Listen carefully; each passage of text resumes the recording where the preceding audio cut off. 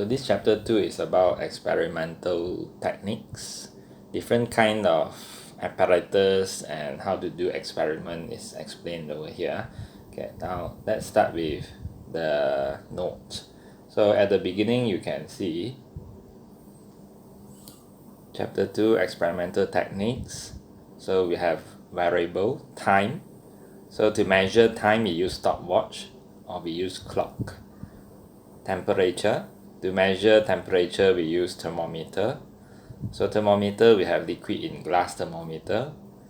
This is the normal thermometers that we meet, either the clinical thermometer or the laboratory thermometer. So it's the liquid in glass thermometer. We have also thermistor. Thermistor basically they use heat. They use heat and resistance. Okay, so as the concept to measure the temperature. Okay, the concept of heat and resistance. Okay, so I also want to take a quick look on how thermistor looks like. Okay, so I will put it here. So take a quick look, thermistor.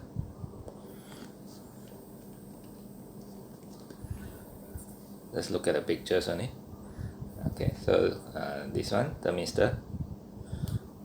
Okay, so thermistor is an electronic component, and of course, how to see the temperature. Okay, so let's say I let you see. Is it like a capacitor? Yeah, something like a capacitor. Okay, so let you see it again. Thermistor as thermometer. Okay, so let's see the image. Then it looks better already, as you can see. Just now it's just an electronic component. How to read the temperature, you feel like cannot. But when it comes to this, I think this should be easier for you to understand.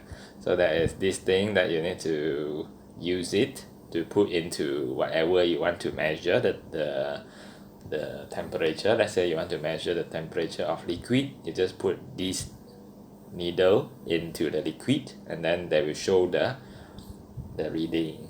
Okay, so the reading, you can see it's kind of accurate because they go up to 1 decimal, degree Celsius. Okay, so now let's continue. Okay, so you already know thermistor, and then the next one is thermocouple. So we can also use thermocouple to measure temperature. What concept is that? You just need to know a little bit at this moment. In details you will learn in physics. So in chemistry it's just briefly. Thermocouples, they use two different metals. You put in a particular temperature, then they have different voltage, and because of that they use that to find out the temperature. Okay, so two different metals are the basic concepts of thermocouple. So that's why it's couple. Couple means two metals. Cannot be the same metal, must be different metals. Okay, now again we look at thermocouples. So just look at the pictures only. Thermocouple. Okay, so let's see, thermocouple.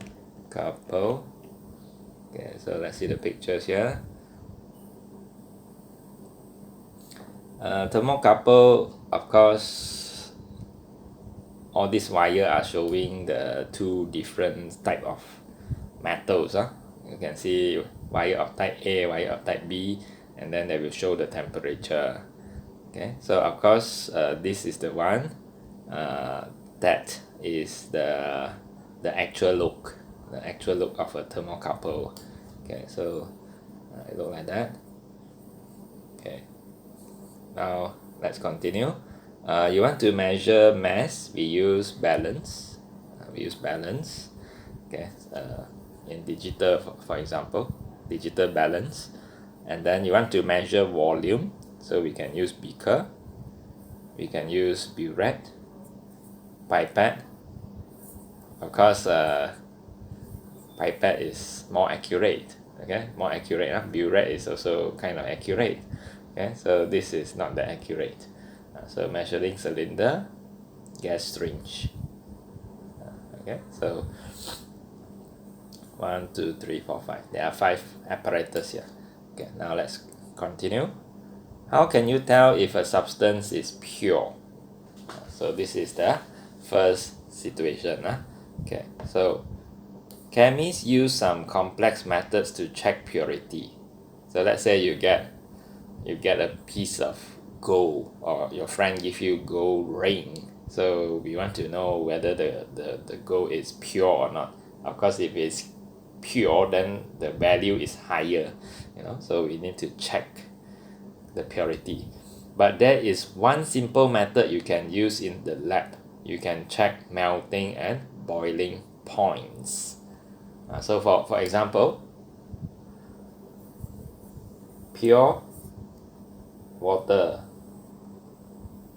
boiling point 100 degrees Celsius. But if you have, let's say, I don't want to put pure already, if you have water plus glucose, so you should expect the boiling point to be greater than 100 degrees Celsius. By checking the boiling point or the melting point, then we will know whether the water is pure or not pure.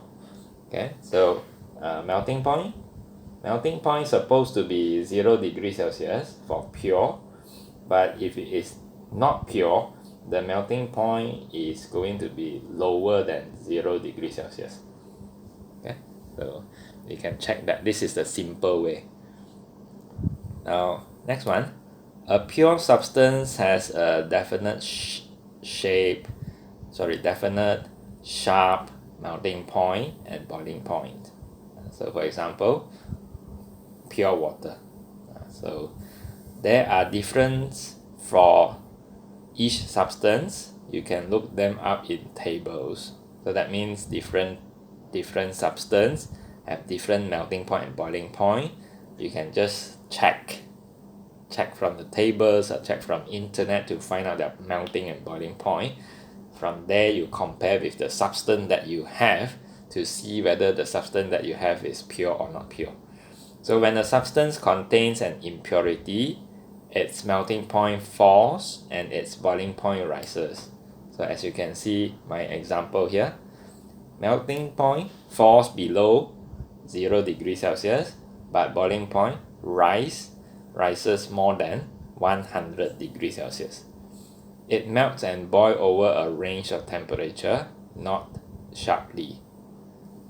Okay, so that means if it is not pure, then it's not 100 degrees Celsius sharp or 0 degrees Celsius sharp. Okay, it's not sharp anymore. It is just some values more than 100 or some value less than 0.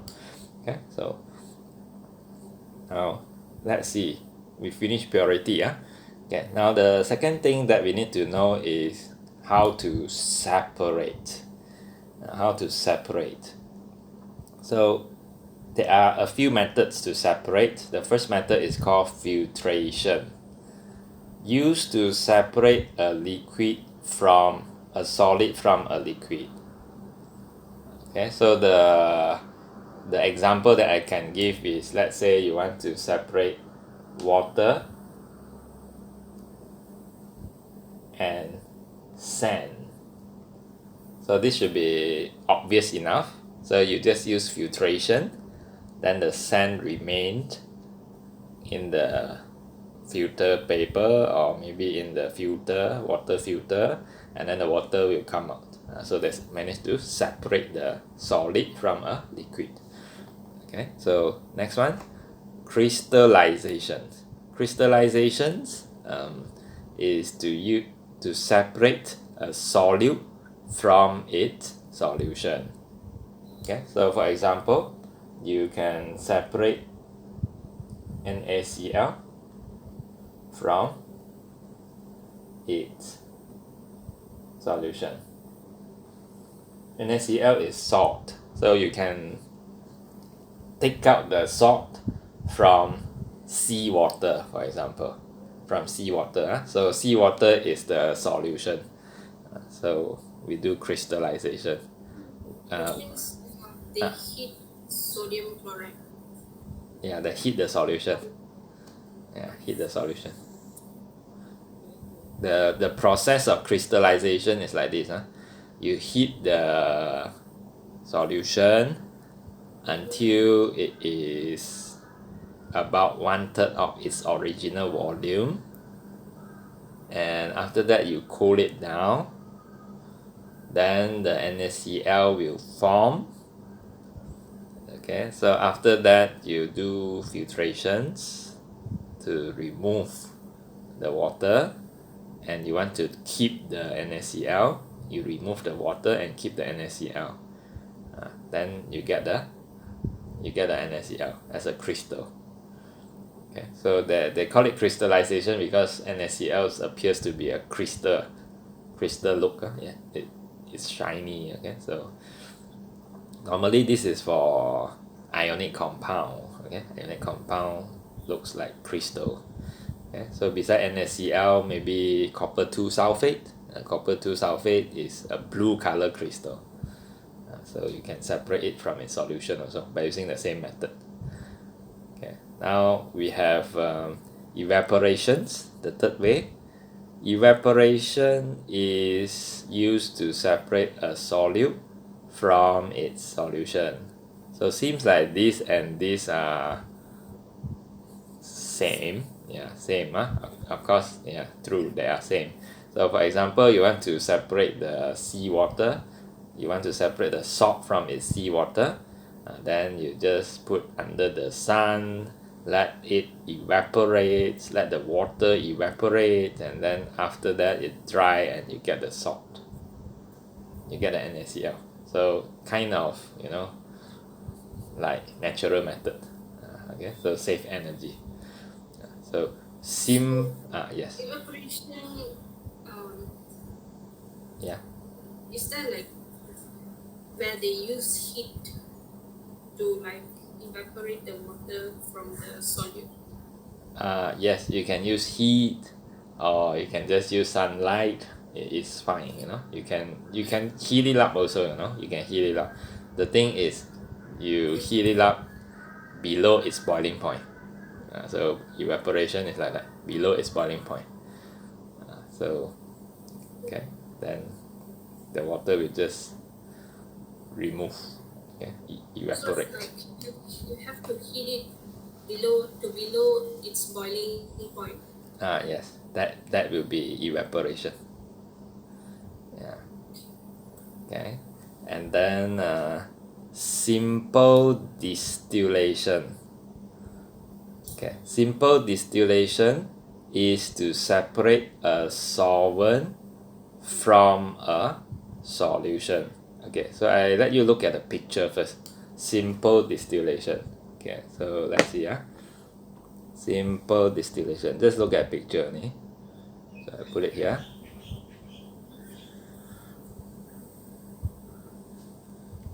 Simple distillation.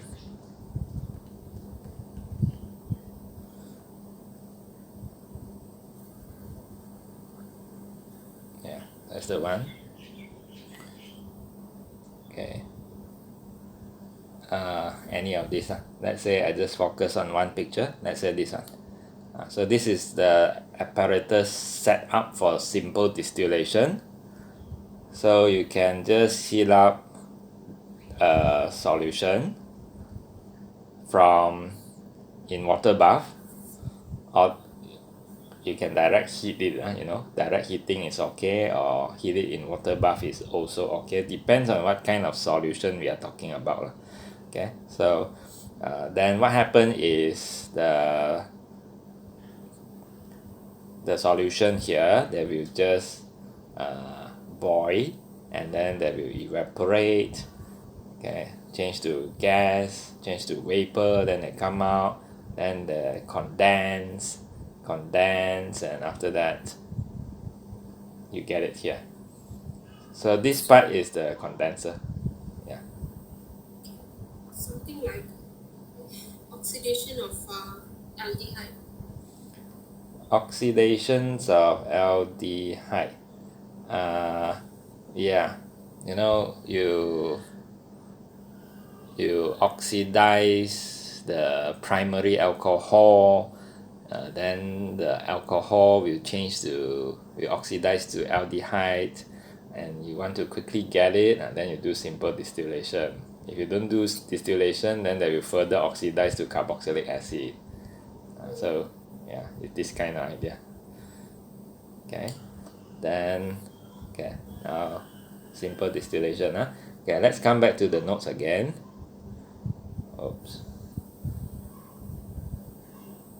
Simple distillation.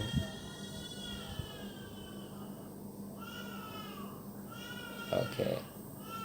So what's the purpose of doing simple distillation? As you can see here, the purpose of doing simple distillation is to separate a solvent from a solution. A solvent from a solution. For example, you have water plus glucose. Water plus glucose. So we know that water is the solvent, glucose is the solute. So solvent, solute. Okay, so you want to separate water from glucose. What we need to do is we do simple distillation. We heat up the solution of this sugar water, and then water will boil first at 100 degrees Celsius. Glucose will be much more later. Glucose, the boiling point is much higher. I mean the melting point is much higher. Okay, so water will boil first. So water will boil and go up to the apparatus, and then go to the condenser, and then they will separate from the glucose. Okay, so if you still remember the picture just now, okay, so which is this one? So what happened is the glucose will remain here, but the water will evaporate and come here, and then you get the water. Water, the solvent, is separated from the solute. Solute is here, solvent is here. Okay, so that is simple distillation. Okay, now let's see the next one, fractional distillation. There is a small difference between simple distillation and fractional distillation. Fractional distillation, let's see the picture again. Okay, so the picture again.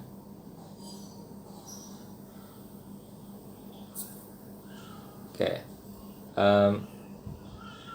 If you see from the container, it go to the condenser straight away. This is simple distillation.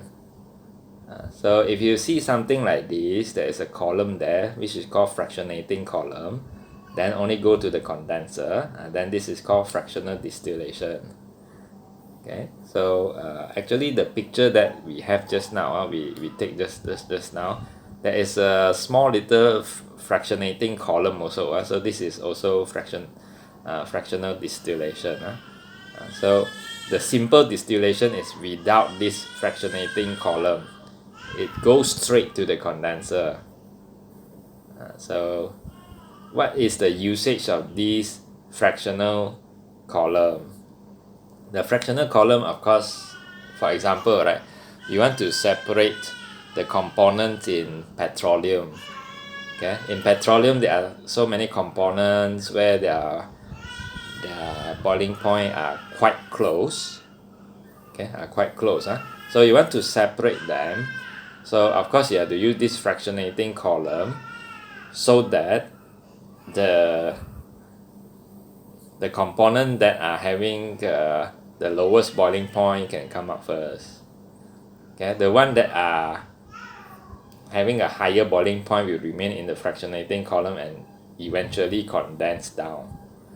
Okay, so it is used to separate liquids. The If one, it's the yeah. one with the higher boiling point will go inside the conical flask, inside the conical flask first. The one with lower boiling point will come here first. Will come to the conical flask. The one with higher boiling point will condense and come back down to the round bottom flask. So for example, right, in petroleum, the first one is the petroleum gas. Petroleum gas will come over here and go over to this side. The rest like petrol, like diesel, like kerosene, so they will condense and come down. Okay, they will come down. Yeah. Okay, so we have the fractionating column. Okay, so in the note they mention it in this way. They said they don't talk about solvent and solute anymore. Solvent, solute, or solution. They don't talk about that. They just talk about fractional distillation is to separate liquids from each other. So the example is the petroleum with different kind of components, so they can separate from each other by using fractional distillation. And if the components have very very close boiling point, the fractionating column must be longer. Okay, must be longer. Then we can separate perfectly. Okay, if the boiling point is very much different, let's say component A and component B, their boiling point is very much different, then the fractionating column no need to be that long. Okay, so as you can see, let me show you another pictures. Okay, so you see fractionating column in industry. Just look at the pictures only. So what you can see here is, you can see the fractionating column is that long.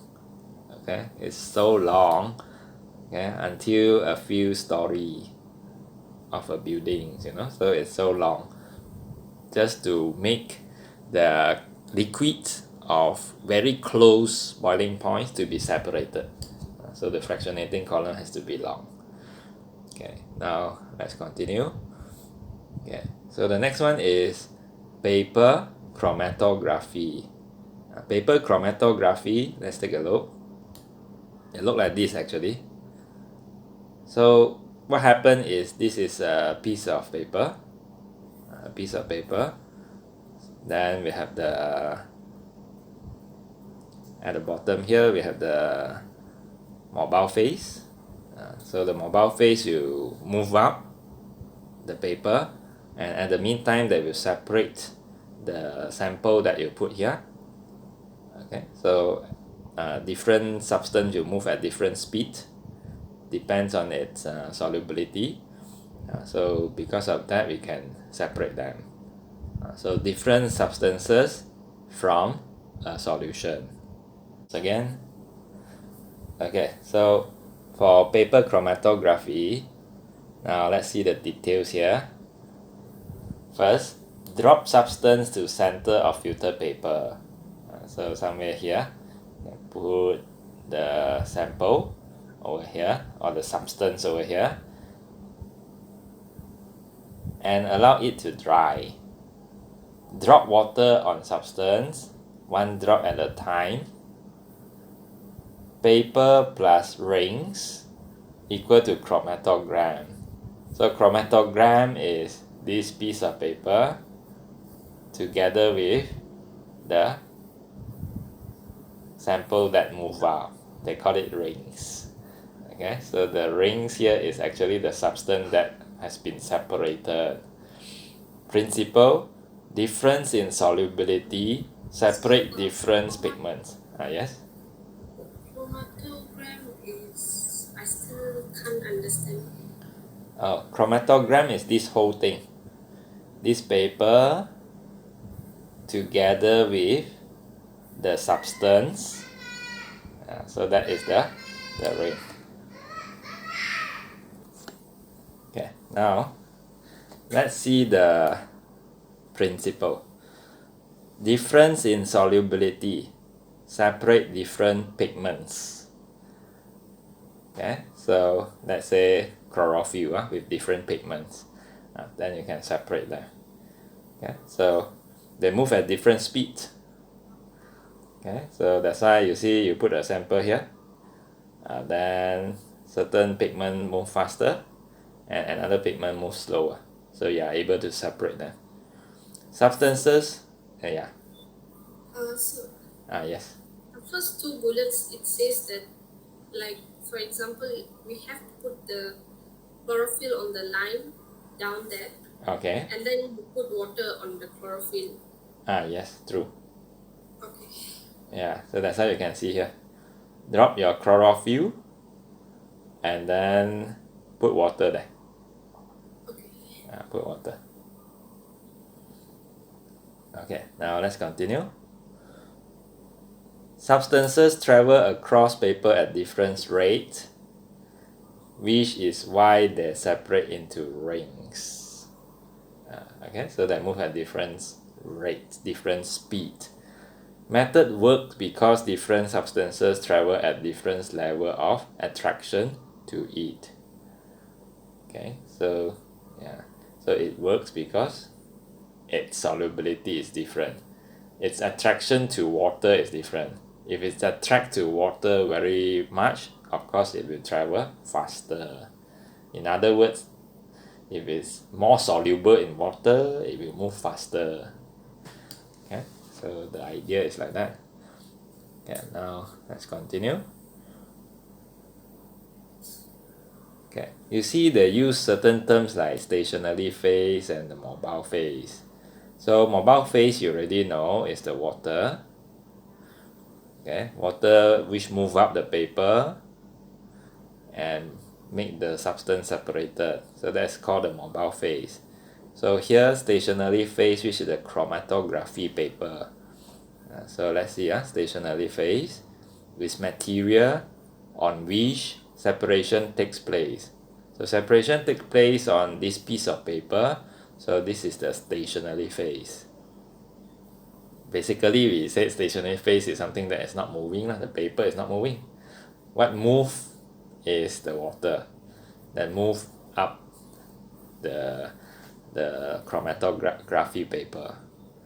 Okay, so mobile phase, which is the water, consists of the mixtures you want to separate dissolved in a solvent. Okay, so that means this is the water. They move up, bring the substance up, and separate them because of its solubility. So that is the mobile phase. Okay, so now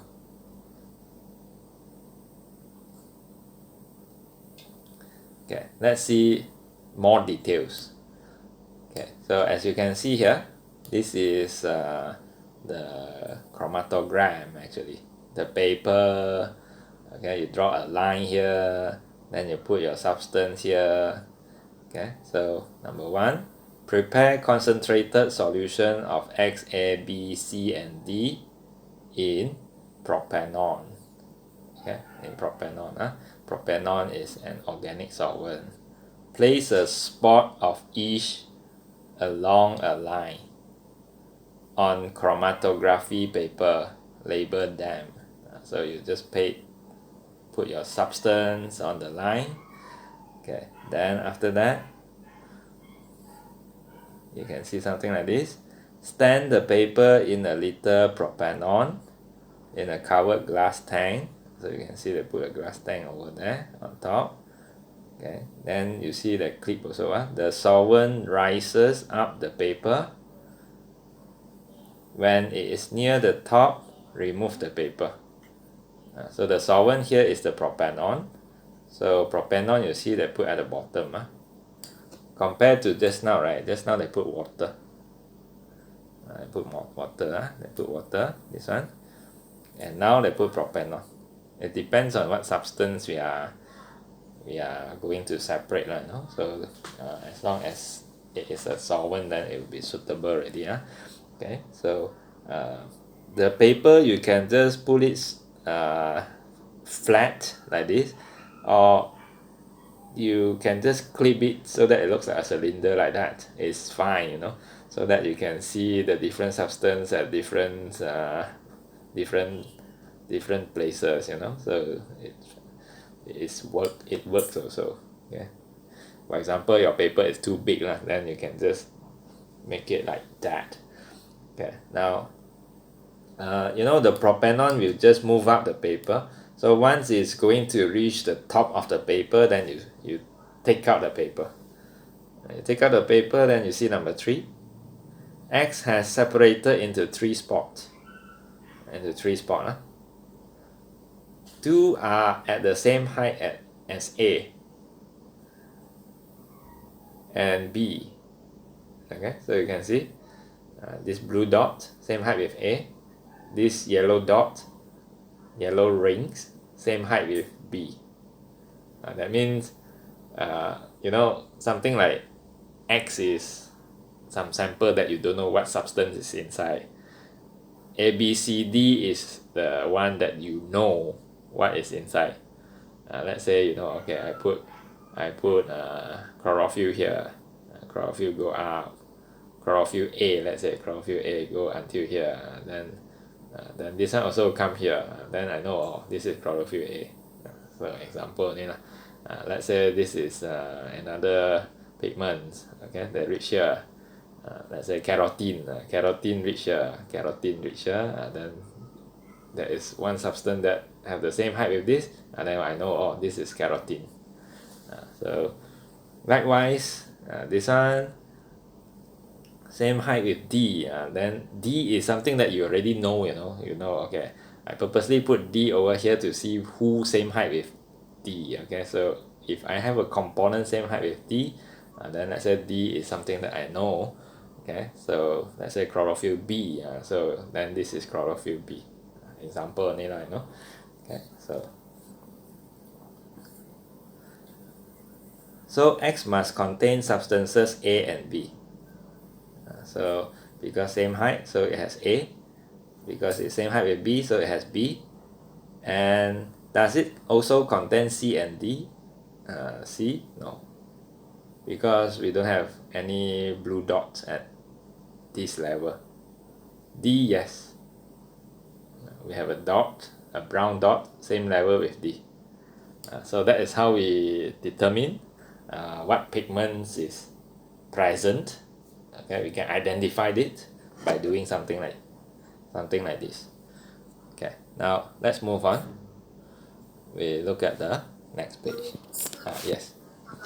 X, A, B, C, and D are different substances. Yeah, different substance. It's known substance. Okay, so we purposely put some substance that we know what is that inside, so that we can compare with the sample X. Compare in terms of height. Yeah, compare in terms of height. If they have the same height, that means the sample X has that substance. So, for example, sample X has carrot. The yellow one is the chlorophyll A, and then the B also has chlorophyll A. Yes. Okay. Yeah. So you compare in that way. Okay. So we have done this part. Okay. Now let's see the next page. Okay. So on the next page, interpreting simple chromatogram. Okay. So first, try to recall back the sample X just now. So there are 3 rings, right? So the number of rings or the number of dots represents the number of substances. So that means sample X has 3 substances inside. If 2 dots travel the same distance up the paper, they are the same substance. So this is what you mentioned just now. We compare their height. If If they come to the same height, that means they are the same substance. Okay, so that's why when you have sample X with unknown substance, you have to put together some known substance A, B, C, D, something that you know what is that, to run together. So by comparing that, you can easily find out what component is that. Okay, so next one, you can calculate the RF value to identify a substance given by the formula. So this is another way to identify the substance by counting RF value. RF value is where the formula distance moved by solute, distance moved by solvent. Let's say distance moved by solute is like, let's say the pigment.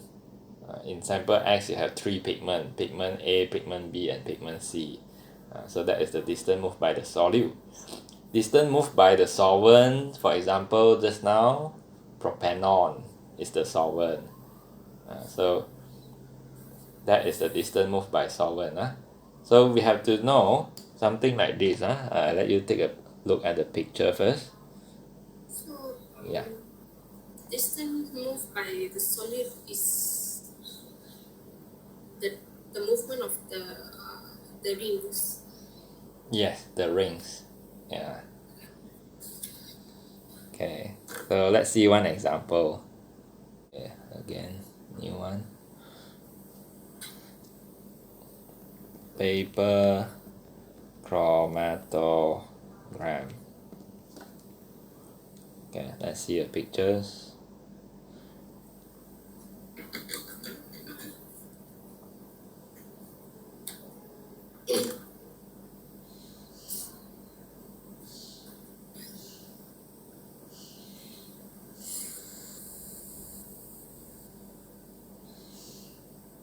Okay. Let us look at this one. So you can see the solvent reach here. Imagine you put propanol, or maybe you put water, then they come up to here.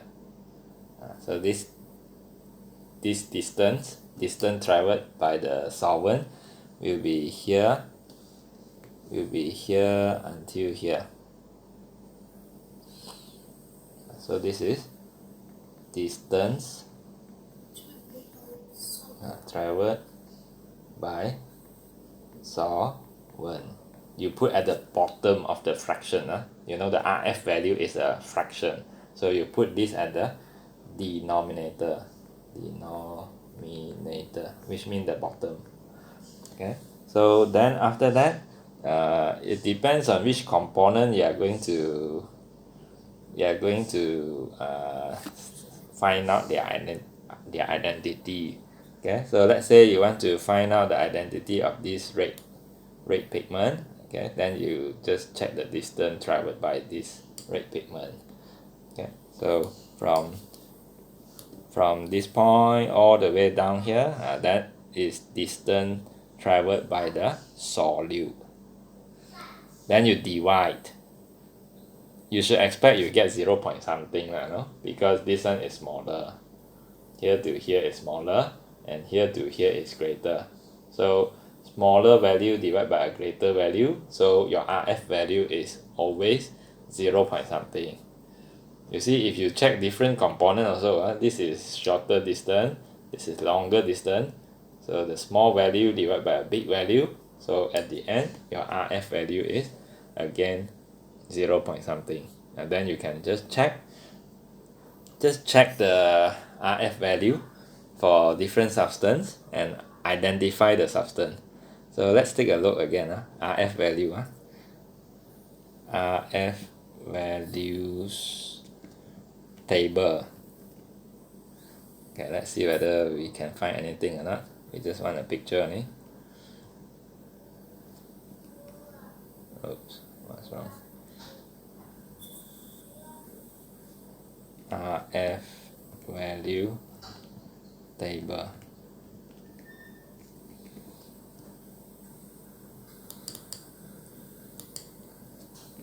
something wrong. It's not working now.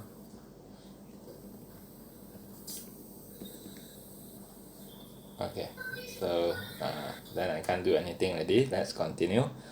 Of course, what am I trying to show is there is a table which shows this substance, what is its RF value, and another substance, what is its RF value. I'm trying to show a table like that, but the browser is not working just now.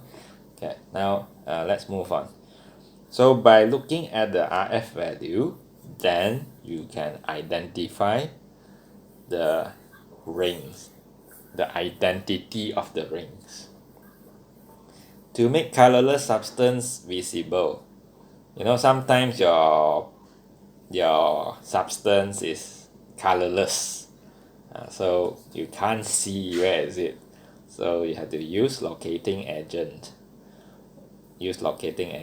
So that means you have to put chemicals that make the substance visible. Okay, so you see the steps here. Dry paper in oven. The paper here is the chromatogram. Okay, so the paper with the rings. Spray it with locating agent. Heat it for 10 minutes in oven. Then the rings become visible. Okay, then you can find the RF value.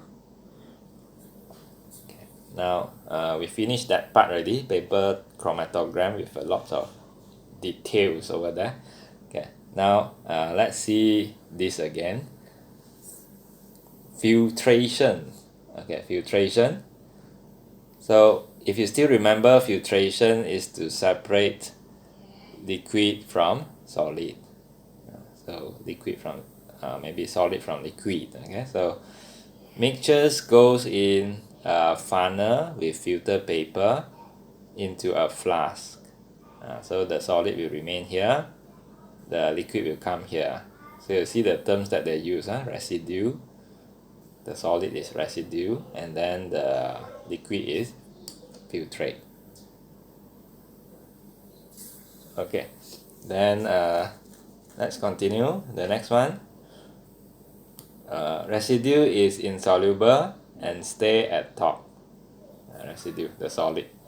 Filtrate goes through the liquid. Okay, now let's look at the next one. Is Yes. it like sodium chloride? Like to extract sodium chloride, we can use filtration method also. Sodium chloride, it can actually. Sodium chloride dissolve in water. So it is insoluble, then okay. Let's see crystallization.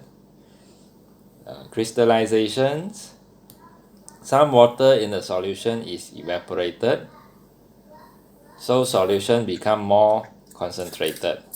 So this is the pictures. You heat it up until some water evaporates.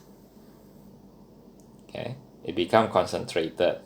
When you let it cool, it will form crystal already. So a drops is placed on a slide to check if crystals are forming.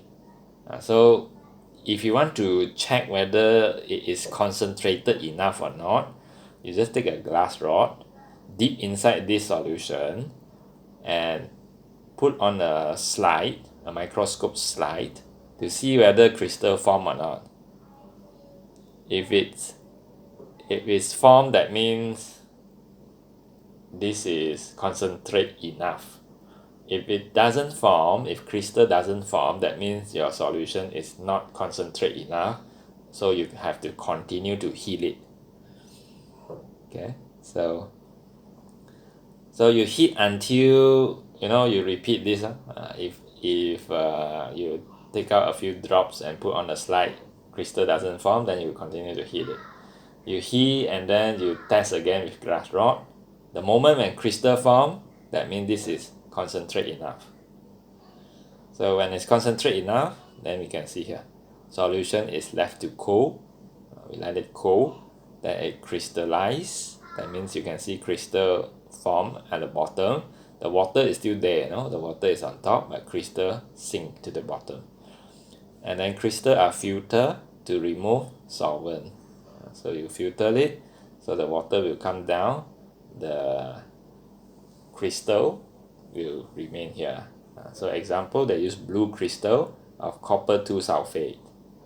So it remains up here. Okay, so this is crystallization. Simple distillation. So as you can see, we have the round bottom flask, no column, no fractionating column. Straight away go to the condenser, and then water inlet, water go in, water outlet is where water come out. So you see water go in from here and come out from here. Remember the direction. So after that, the water go in from the lower position. Go in there and then go out on the top. Go out from top. Yeah. So water goes in and out in the form of gas. In the form of gas. It's actually in the form of water, not in gas actually. Oh, in the form of liquid. Yeah, liquid, yes. Because is it because that it's a condenser? Yeah, we want to cool down the vapor here. The vapor here, when they reach here, then you can cool down. Cool down, then the vapor will change to liquid, will condense to liquid. Yeah. Okay. So of course, why water have to go in from the bottom and come out on top? So to avoid gas. So they will fill up all part of the condenser. Sorry sir, can you repeat that? To avoid gas, we don't want to have a certain part with no water and it's just a gas there, so that's why we have to fill up water in this direction. If you fill up water here and come out here, maybe there are certain part with no water, let's say this part has no water. At the end, the cooling is not effectively happening. So to avoid gas, the water is going from below to above. Yes. Then every part is filled up with water, and then the cooling is more effective. Condensation can happen to the vapor. Okay. So the water is basically coming up from the flask. Oh, this water come from water pipe, not from the flask. Okay. Yeah. So they are not related. So you just need to channel some water from the pipe, and then this one channel back to the pipe or channel back to the sink to remove the water. So it's not related to the liquid here. Yes. Yeah. Okay, so that is simple distillation. So impure liquid is heated. It boils and steam rises into condenser. Impurity are left behind. So like for example, water with glucose. So the water will become steam and then come here, and then you get the water. The glucose will remain here. Glucose is the impurity. Condenser is cold, so steam condenses to the pure liquid and it drops into the beaker. Condensation happen. So inside the beaker there is water. Inside the beaker, yes, water. Inside. Yeah. Then the glucose will remain in the flask. Yes, remain in the flask, the round bottom flask. Okay, glucose here and then water here. So they separate the solvent. Solvent will come here. The impurity will remain here. Okay, or the solute will remain here. So if something isn't pure, so we distill it through this process. Yes. Simple distillation is to purify. The solvent. Yeah, purify the So solvent. similar to like distill aldehyde also lah. Distill aldehyde, yes, is to purify the aldehyde from others, you know. Yeah, Okay, I understand. yeah. Okay, so fractionating distillation, of course, this is, if you still remember just now the notes they mentioned, to separate liquids from its mixtures of liquids. Okay, so you can see it here. Remove a liquid from a mixtures of liquids because liquids have different boiling points. So, like petroleum that I mentioned just now. Okay. Mixtures is heated to evaporate substance with lowest boiling point. Okay, so let's say you know, okay, I know the lowest boiling point of the component is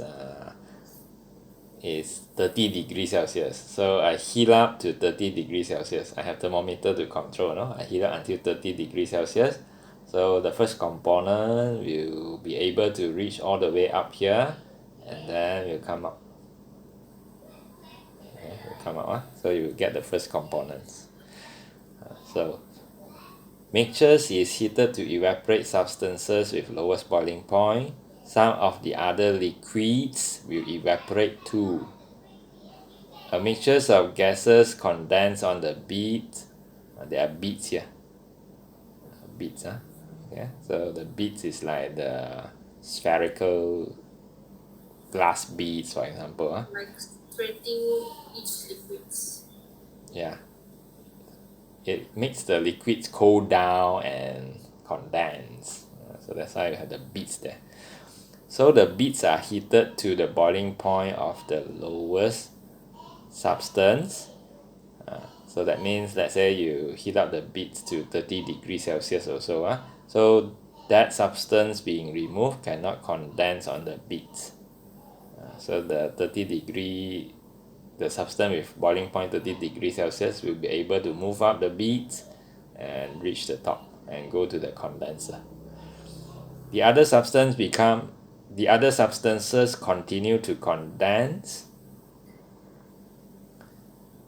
So it should be here. So that substance being removed cannot condense on the bead. This one we have done. So this point, the other substances continue to condense and will drip back into the flask.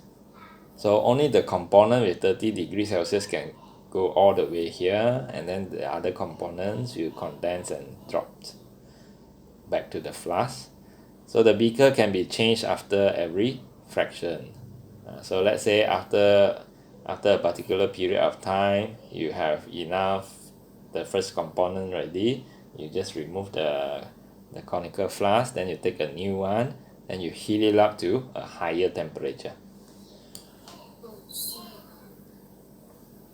like let's say I heat up hydrocarbon and then first petrol gas will come out and then bitumen also can come out after I distill out petrol gas. Yes, yeah. Other component can come out also lah. It's just that you need to heat it to a higher temperature. Yeah. You let the lowest boiling points component come out first. Yeah. Okay. Before the rest. Okay. Now, we have this as the extra notes. Separating mixtures of two solids. So you have solid and solid. Then how to separate? Can be done by dissolving one in an appropriate solvent. Okay, so it depends on your chemistry knowledge. For example, let's say I give you one example. Okay, so if you have two solid,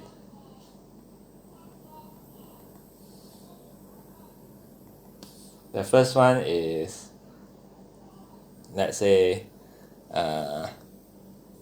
magnesium sulfate and magnesium sulfate. I write the formula. The other one is, let's say, let's say lead 2 chloride. So you need to have some basic knowledge on the salt. Okay, are they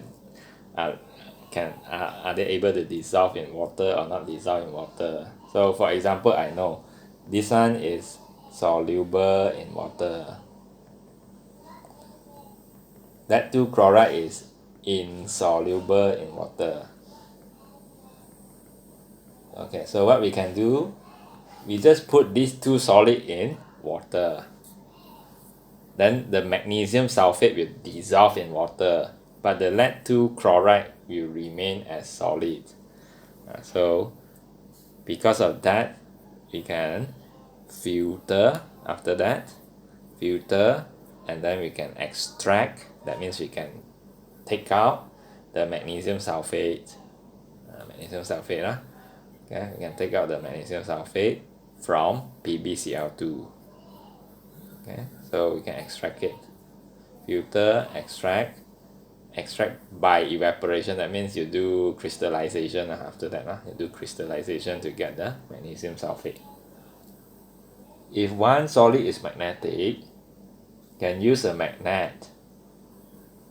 Example, sand and iron fouling. So then you use magnet to attract the iron. Okay, now let's see more information here. Solvent, we have water as the solvent. It dissolves some salt, not all the salt like magnesium sulfate, yeah. Lead 2 chloride, no, so we will learn this in details later, but now it's just briefly first. And then we have sugar dissolve water. Sugar dissolved in water. White spirit is to dissolve the paint, the gloss paint. Propanol is to dissolve the grease, the nail polish. Ethanol is to dissolve glues, printing inks, scanted substances. Okay, so we have done everything in this part. So we have done the theory. Okay, now let's see the past year question here. Describe how to separate the following. In each example, give a description of the procedure used and explain why this method works. Okay, so A, we have copper powder from a mixtures containing copper and zinc powder. Okay, so copper and zinc powder. So first, procedure. So we have to explain on how to separate this. Okay. So first of all, these are two solids, and the best way to think of how to separate it is, of course, you have to check whether they are magnetic or not. Obviously, they are not. Okay, they are not. Both of them are not magnetic. Copper and zinc are not magnetic, so we can't use magnet to separate any one of them. So we don't use magnet. Okay, so then we think of any solvent to dissolve them. At the end, it should come up with acid, which is suitable here. Acid. You have to know that acid can react with reactive metals. So you want to know what are the reactive metals? Of course, I give you the equation first. Acid plus reactive metal will become salt plus hydrogen gas. Okay, so what are the reactive metals? So we have to look at the reactivity series, of course. So I just give you a few, like potassium, sodium, calcium, magnesium, aluminium, zinc. These are the reactive metals that can react with acids. copper is not reactive, cannot react with acid. So that means zinc can dissolve in acid, but copper doesn't dissolve in acid. Okay, so we can just add a dilute acid. So you want to put example or not, it's up to you. Like add a dilute hydrochloric acid is fine, you know. So after that, we have to know that. Okay, I put explanation first. The explanation is zinc reacts with dilute acid and hence dissolve.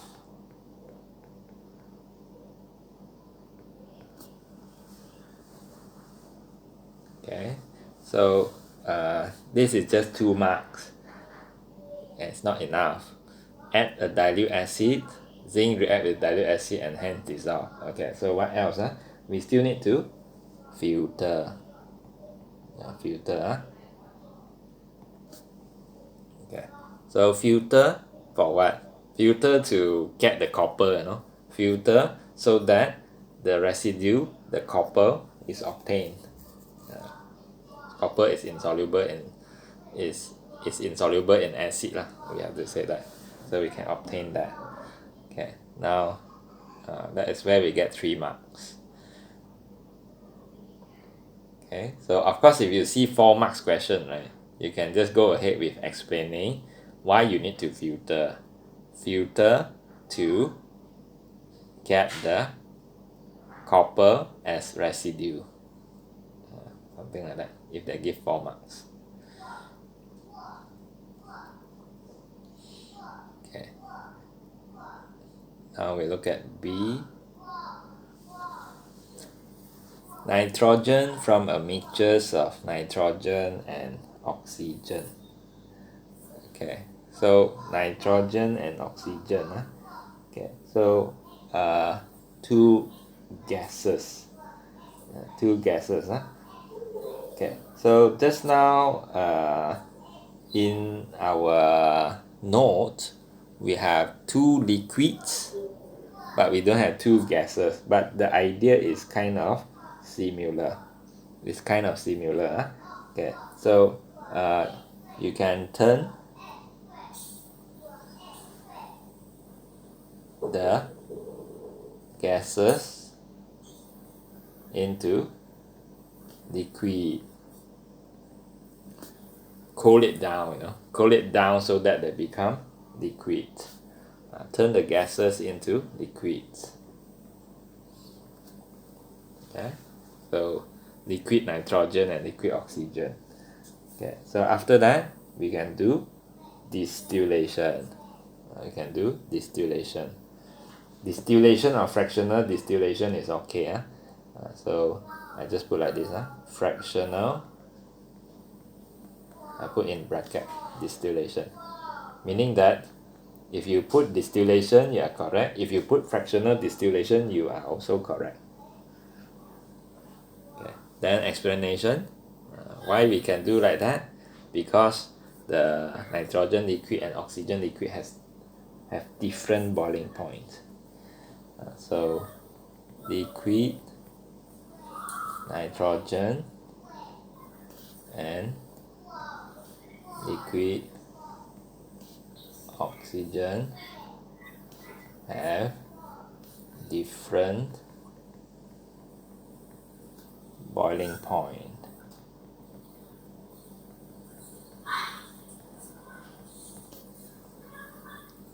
So that's why you can separate them in this way.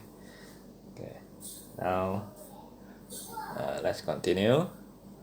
Part C. Glycine from mixtures of the 2 amino acids, glycine and alanine. Glycine has the lower RF value. So when they say RF value, so it is hint. to lead us to the paper chromatography. Okay, so we can use that. Okay, so procedure we can use Can we also use fractional distillation? fractional distillation is to separate two liquids. So if you see these amino acids, right? If you think of biology or maybe the chemical structures of amino acids, you put them in water, right? They form weaker ion. They form ionics. They have positive and negative charge, so they are ionic compounds that dissolve in water. So it that kind of idea, so it's not two liquids.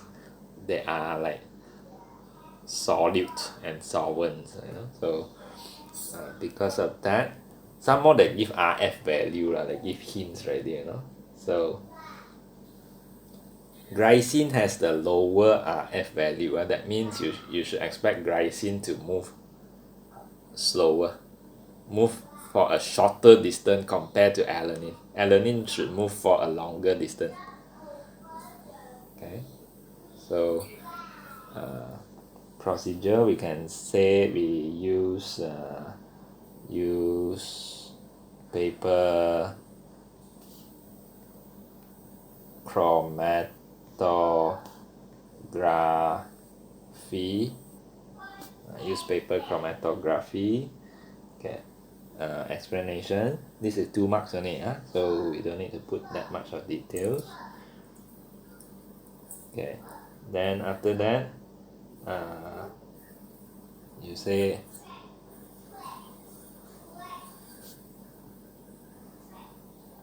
the two amino acids move at different rates.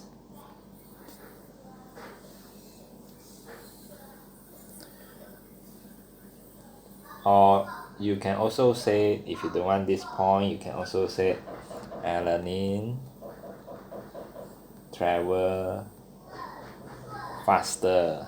This is fine also from the RF values. Okay, now let's move on. Part D. Okay, so part D, magnesium hydroxide from a mixture of magnesium hydroxide and zinc hydroxide. Okay, so for this case, magnesium hydroxide, zinc hydroxide. So both of them are solid here. Okay, they are solid. So let's see. Both of it is also solid. Yes. Yeah, they are just compound. Okay, so they are ionic compound, so they are solid here. Okay, so first we need to see is that a way to dissolve one of them. Okay, one dissolve and the other one not dissolve, so we have to think of any solution that are suitable. Okay, so this depends on your chemistry knowledge also. Okay, so we have to know that the magnesium hydroxide here is alkaline. It's alkaline. Or instead of saying alkaline, I should call it base. Okay, I call it base, more suitable. They are base. The zinc hydroxide here is actually amphoteric. So which means it can react with acid, it can react with base also. So that is the thing. Okay, so if you don't know this, then it's a bit hard. If you know this, then it is easier. So we know base can react with acid. Okay, can react with acid. So if you add acid, it's not suitable because this can react with acid. Amphoteric can react with acid also. Amphoteric means it can react with acid and base. So adding acid will be not suitable because at the end both will dissolve. Both react with acid and both dissolve. So not suitable. But if you add alkaline, that will be more suitable because the base doesn't react with alkaline, but amphoteric react with the alkaline and hence it dissolves. Okay, so Okay, sir. we add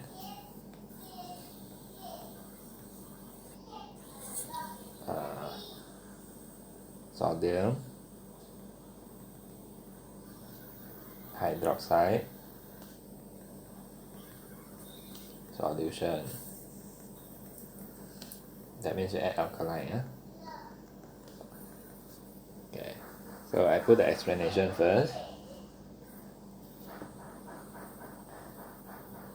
Zinc hydroxide, which is amphoteric, will react and hence dissolve. Okay, so of course if you don't want to say zinc hydroxide, you can talk about magnesium hydroxide also. Huh?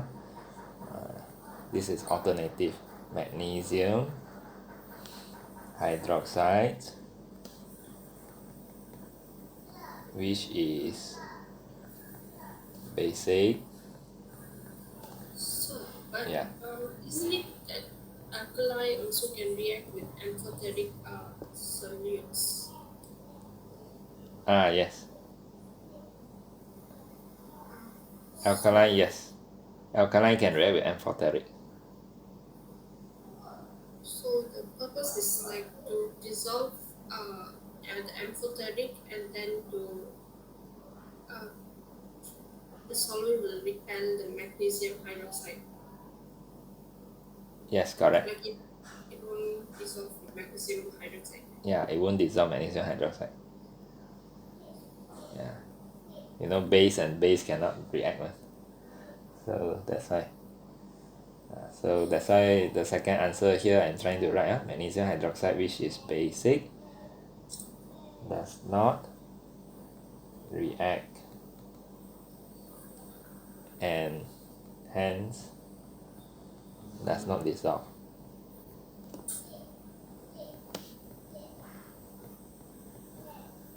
Okay, so 3 marks question. So the explanation itself 1 marks only. Okay, the second marks come from the procedure. I mean the third marks come from the procedure. Procedure, you have to put 1 more steps saying that you need to filter. I need to filter. Filter for what? Filter so that the residue, which is magnesium hydroxide, can be separate from the filtrate, which is the zinc hydroxide. Zinc hydroxide dissolve, but magnesium hydroxide no. Okay, so that is the whole question on how to separate different kind of substances. Some are kind of easy, but some are kind of hard. Okay, so we have done this. Now let's continue. Let's find out other questions. Okay, so let's look at this question then. A major source of energy is the combustion of fossil fuels. Name a solid fossil fuels. Solid fossil fuels. Okay, so can you think of any fossil fuels? Coal. Yeah. Yes. So yeah. Okay. So you can burn it. Name a gaseous fossil fuel. So do you think of any? Hydrogen is not fossil. Fossil must come from the dead animals or dead organisms. Methane. Methane, yes. Okay, so methane is suitable. Methane. So if you can't think of methane, you can write a more general term like natural gas, or maybe petroleum gas. Okay, now we look at B. Petroleum is separated into more useful fractions by fractional distillation. Name 2 liquid fuels obtained from petroleum. Okay, so do you think of anything? Bitumen and petrol gas. Bitumen is not for fuels purpose, it's for tar road, you know.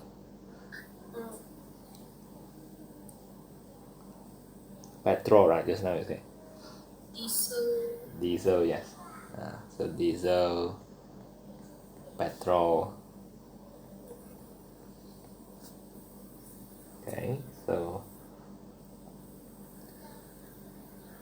part 2. Name 2 other useful products obtained from petroleum that are not used as fuels. Okay, so do you think of any? Sorry? Bitumen. Bitumen, okay. Bitumen for tar road.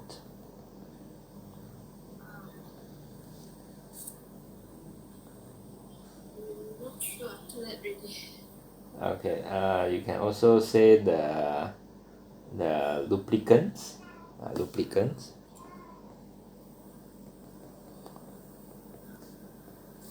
Lubricants. Okay, so if you are not sure on the components, okay, let's take a quick review.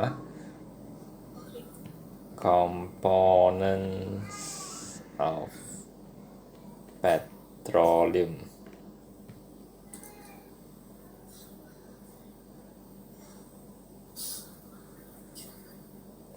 Okay, so we just look at the pictures.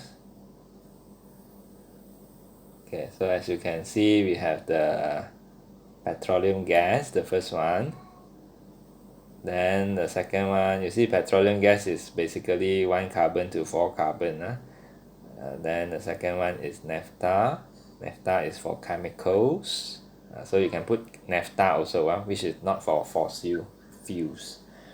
Okay, so gasoline, petrol. Next, petrol is about 5 carbon to 10 carbon. Kerosene is paraffin oil, 10 carbon to 16 carbon. This is for jet. Okay, so then 14 carbon to 20 carbon is diesel, and then 20 carbon to 50 carbon lubricating oil. So this is the one that I put, lubricants, lubricating oil. So this is for oil waxes. Fuel oil is for ship, factories, and then bitumen is for roads and roofing. So just a quick revision. Okay, now let's continue. Okay, part 3. Give another mixtures of liquids that is separated on an industrial scale by fractional distillation. Okay, so do you know anything?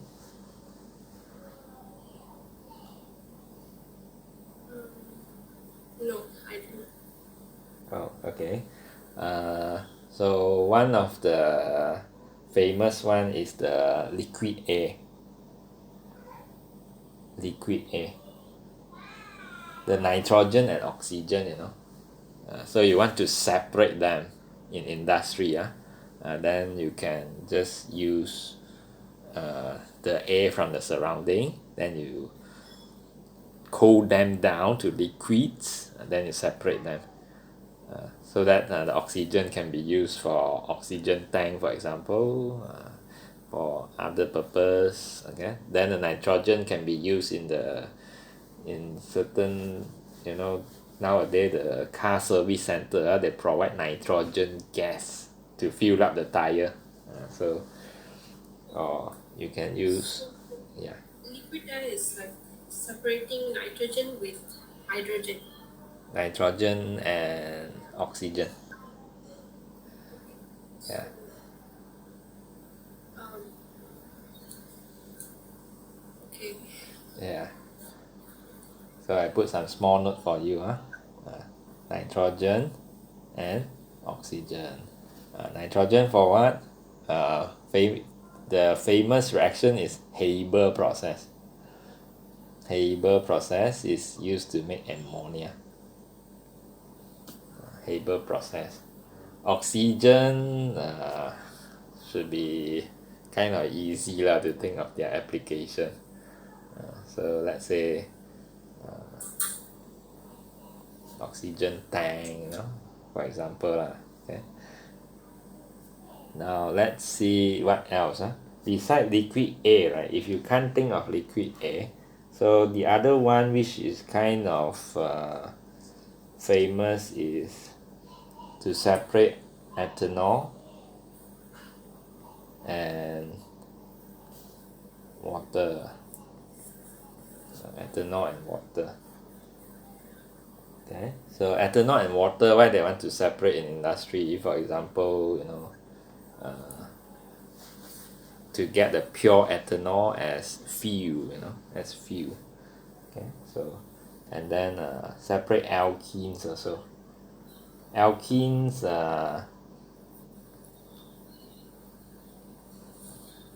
from cracking. Cracking, I think you heard before, cracking. Yeah, a long alkane, you crack it to alkenes, then you separate the alkenes from each other.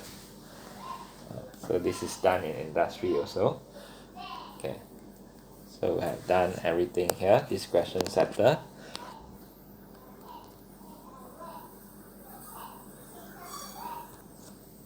Let us start from question 1 here. Question about the different kind of apparatus in measurement. One of the instructions for an experiment, From which module it is? it is, the file name is measurement, multiple choice. Yeah. Okay, so let's see the question again. Okay. One of the instructions for an experiment read as follow. Quickly add 50 cm³ of acid. What is the best piece of apparatus to use? So which one can quickly add one?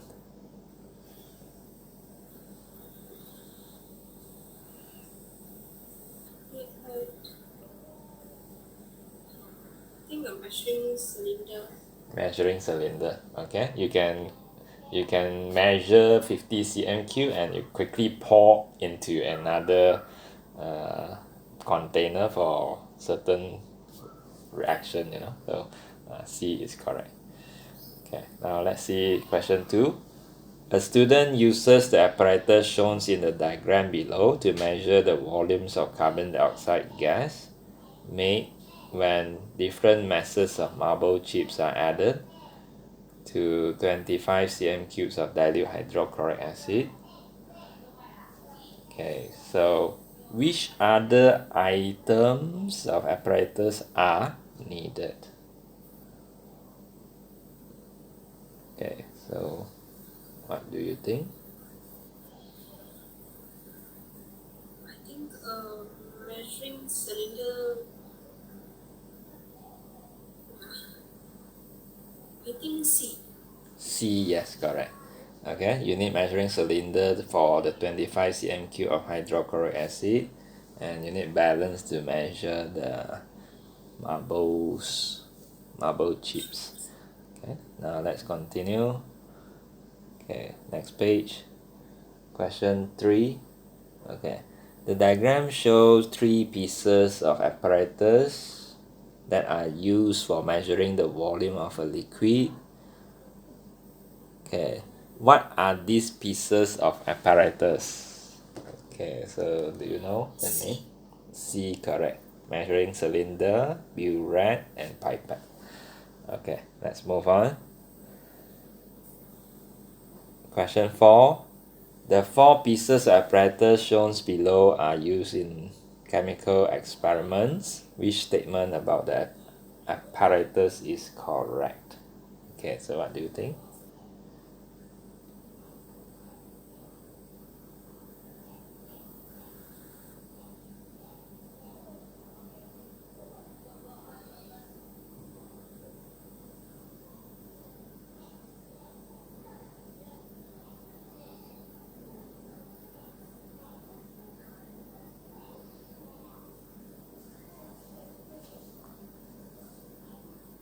think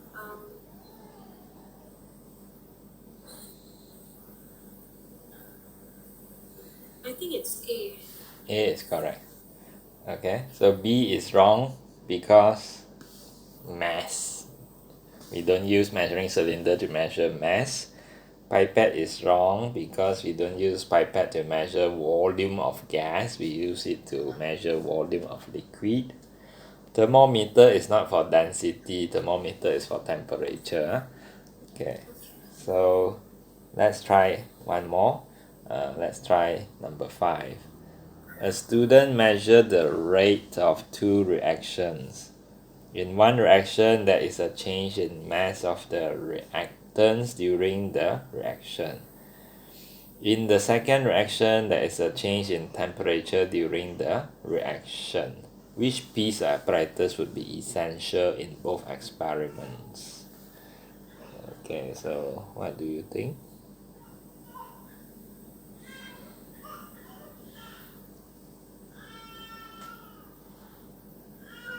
I'm not sure about this, but I think it's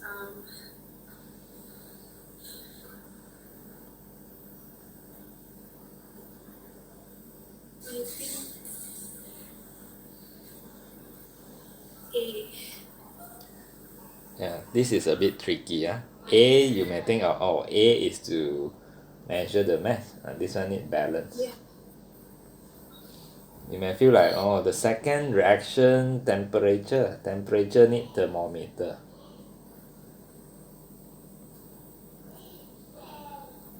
Then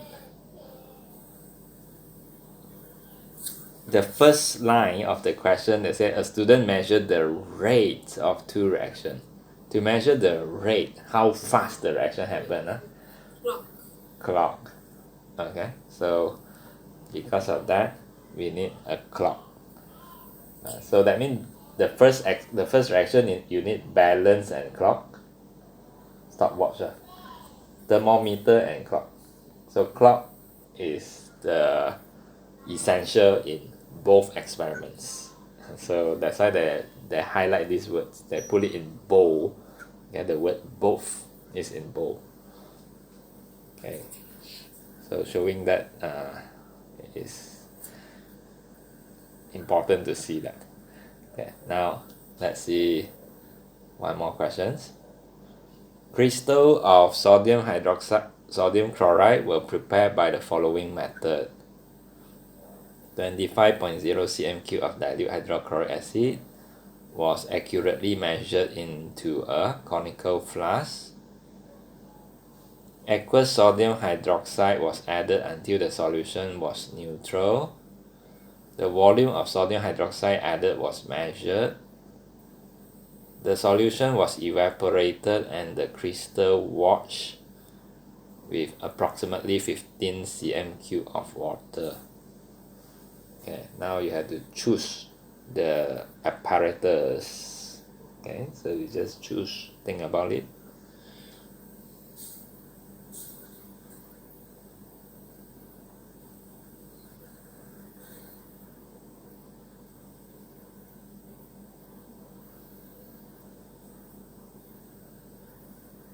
Um, 25 cm³. I think for pipette is better. Pipette, yes. As they say, accurately. Yeah, pipette.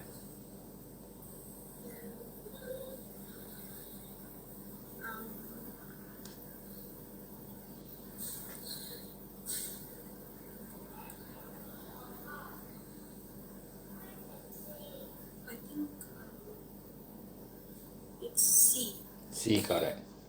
Okay, if you see number 2, right, this is titration actually. Titration we use burette. Then the last one is like no need to be accurate one, 15 cm3 approximately. Yeah, so measuring cylinder is for approximate volume. Okay, now let's see one more. Lead iodide is insoluble in water. Lead iodide is made by adding aqueous lead nitrate to aqueous potassium iodide. So that makes these two aqueous solution, then double decomposition reaction happen, and they form lead iodide. Which pieces of apparatus are needed to obtain solid lead iodide from 20 cm3 of aqueous lead nitrate? So which apparatus?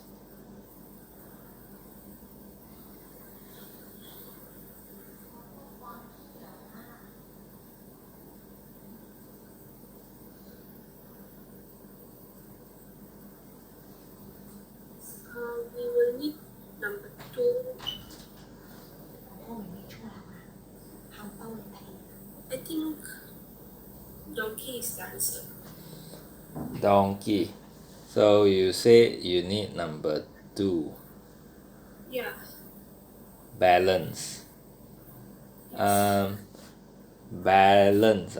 They don't mention you need to have any accurate mass of solid. That's why balance is not really necessary. We don't need to know the mass of anything from the words here. But 3 also we don't need. So 3, heating, Bunsen burner we don't need also, because you just mix the two solution together, then that will just form the insoluble salts straight away. So that's why Bunsen burner is also not necessary. So then, is it C? Yeah, it's C then. Okay, so we need beaker and we need measuring cylinder. Measuring cylinder is to measure the 20 cm3 of aqueous lead nitrate. So we need measuring cylinder. So number 1 is bigger. Yes, beaker. Beaker is to pour in the two aqueous solution into the beaker, and then that mix.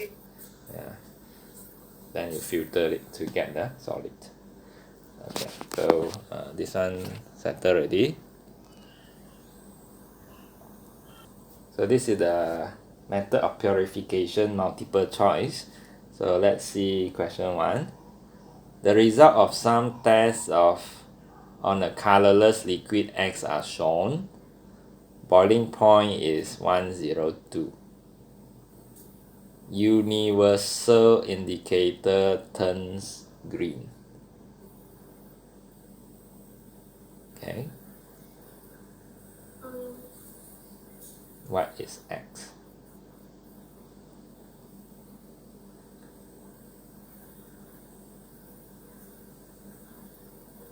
So when the universal indicator turns green, is it I think It means neutral actually. Yeah, D. oh, it's neutral. Yeah, turns green means neutral. Okay, so what's the answer again?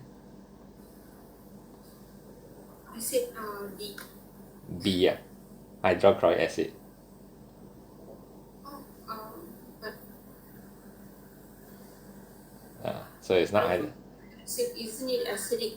Yeah, acidic. Okay, let's take a quick look on universal indicator, the color. Oh. Okay, so universal indicator.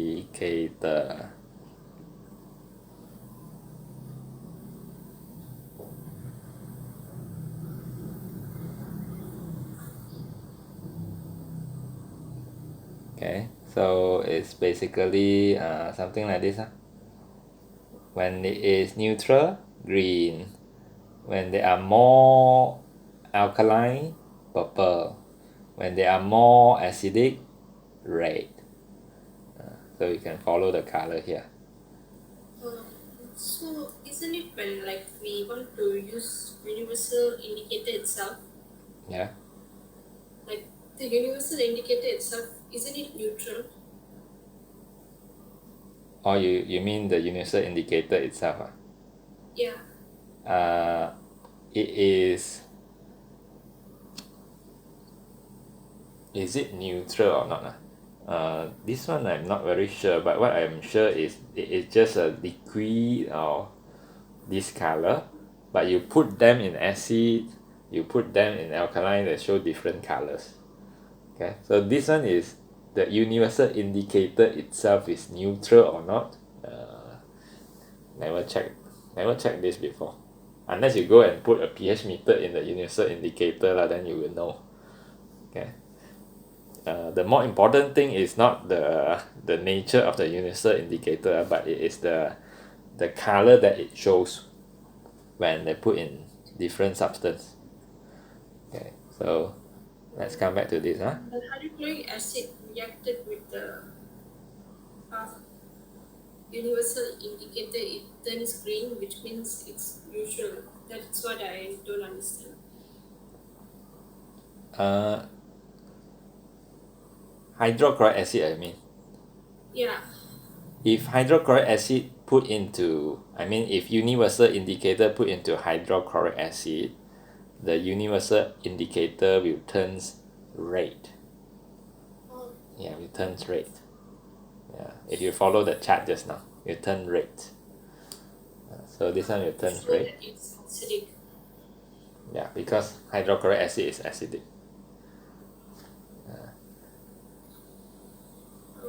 So the answer isn't B. Yeah, it's not B.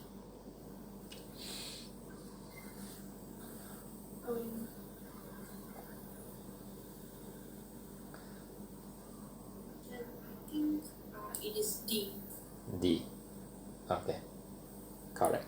D is correct. Sodium chloride salt solution. Pure water cannot because the boiling point is 100 degrees Celsius. Ethanol also cannot because the boiling point is 70 something, 78 degrees Celsius. So Yeah. ethanol, is it acidic? Ethanol is alcohol. Alcohol is very, very weak acid.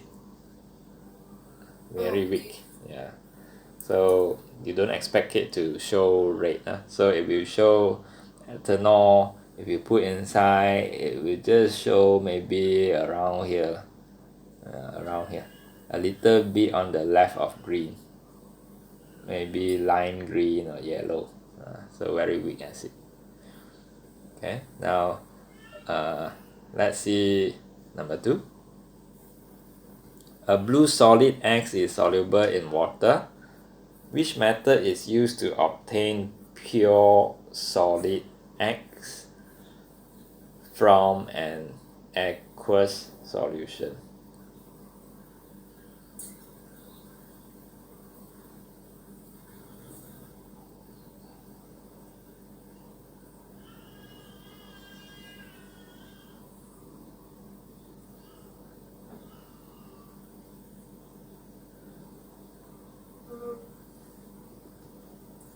The answer is B. B. Crystallization. Yes, correct. Yeah. Okay. So you just need to heat up the solution until it's concentrated, then you wait for it to crystallize. Okay. Now let's see question 3. A mixture is separated using the apparatus shown. Filtration. What is the mixtures? Okay, so you see which is suitable.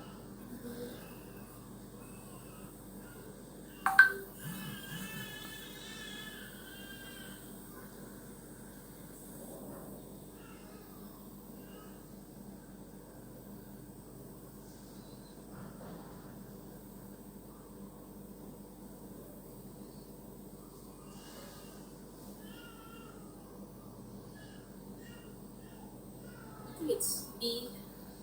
B. It is used to separate solid and liquid.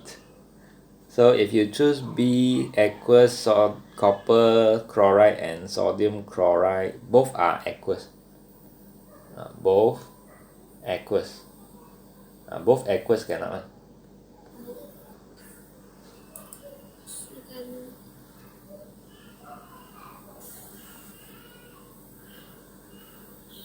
So then, what about A, sir? A, yes. Because this is solid, this is liquid. So can separate them. Where the copper will remain as the residue, the aqueous copper chloride will go down as the filtrate. So that will be suitable.